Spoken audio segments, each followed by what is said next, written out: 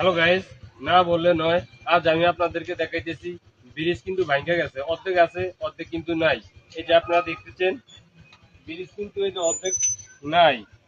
এটা হচ্ছে দ্বীপ ভোলা জেলা লালমোহন।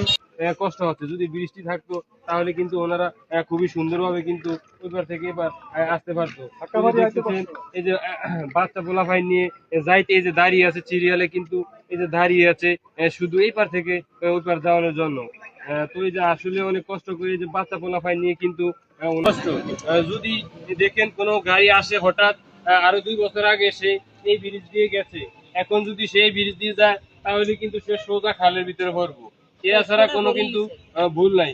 আসলে আপনি একটু বলেন তো কি অবস্থা এই ব্রিজটার জন্য? তো অনেক মানুষও কষ্ট পাইতেছে। স্কুলের এই রালিং আর আমরা এদিকে থাকি। দিছে। তারপরে এই ধরনের যাতায়াত অনেক মানুষ যাতায়াতের পথ বন্ধ হয়ে গেছে। তো এই অনেক মানুষই আর একজন ভাইয়ের কাছ থেকে কিন্তু সাক্ষাৎকার নিতেছি। ভাই বলেন। বিসমিল্লাহির রহমানির রহিম। আমি এই এলাকার একজন বাসিন্দা, চরবুতা 9 নং ওয়ার্ড বাসিন্দা।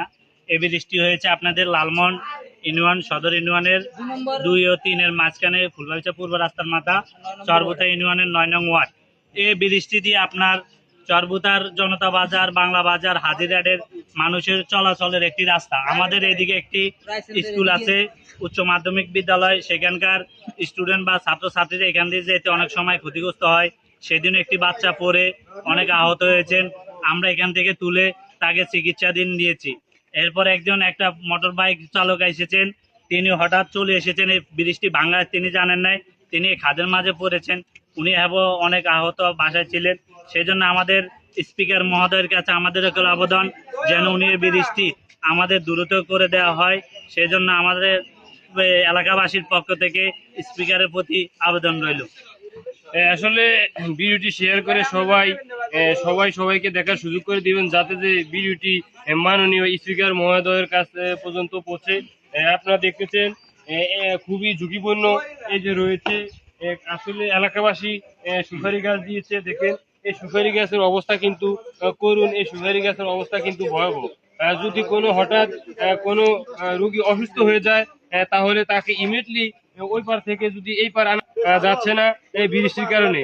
কোনো গাড়ি কিন্তু এদিক থেকে ওদিক যাইতে পারতেছে না, শুধু এই বৃষ্টির জন্য।